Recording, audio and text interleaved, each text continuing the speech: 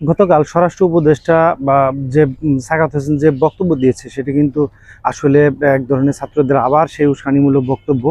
উনি মুক্তিযুদ্ধের চেতনা এবং ওই চেতনাবাজদের যেরকম বক্তব্য থাকে ঠিক সেরকম বক্তব্য দেওয়ার চেষ্টা করেছেন এবং যেন উনি আওয়ামী লীগের দায়িত্ব নিয়েছেন অথবা আওয়ামী লীগকে উপদেশ দেওয়ার জন্য আওয়ামী লীগের উপদেষ্টা হিসেবে কাজ করছেন, এমনই তার মনোভাব দেখা গেছে।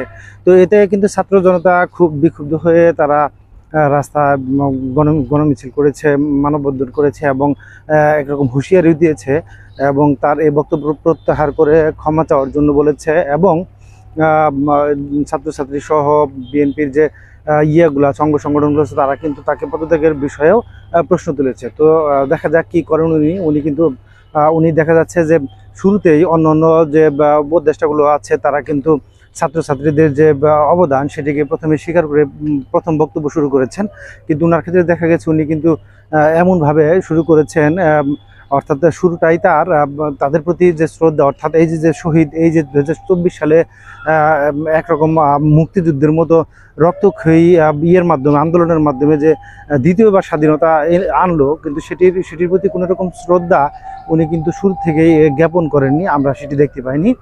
তো দেখা যাক স্বরাষ্ট্র উপদেষ্টা আসলে কী ধরনের সিদ্ধান্ত নেয়। উনি পদত্যাগ করলে আমি মনে করি যে তরুণদের এখানে আনা উচিত, যারা পুরনো ধ্যান ধারণা এবং পুরনো চিন্তা ভাবনা নিয়ে আছে এখনও, তাদেরকে আসলে উপদেষ্টা মণ্ডলীর সদস্য হিসাবে মানে আমার মতে না রাখাই ভালো।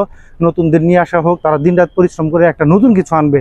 আমরা আসলে নতুন কিছু চাচ্ছি, এটি কিন্তু বারবারে বলা হচ্ছে যে আমরা পুরাতনকে আঁকড়ে না ধরে থেকে নতুন কিছু চাচ্ছি এবং দেশটাকে সংস্কার করতে চাচ্ছি। আমরা কিন্তু শুধু নতুন সরকার আসবে সেটি নয়, আমরা পুরো দেশটাকে, পুরো দেশের রীতিনীতি এবং পুরো দেশের কাঠামোতে বড় ধরনের পরিবর্তন চাচ্ছি। তো দেখা যাক আজকে স্বরাষ্ট্র উপদেষ্টা কী সিদ্ধান্ত নেয়। ধন্যবাদ।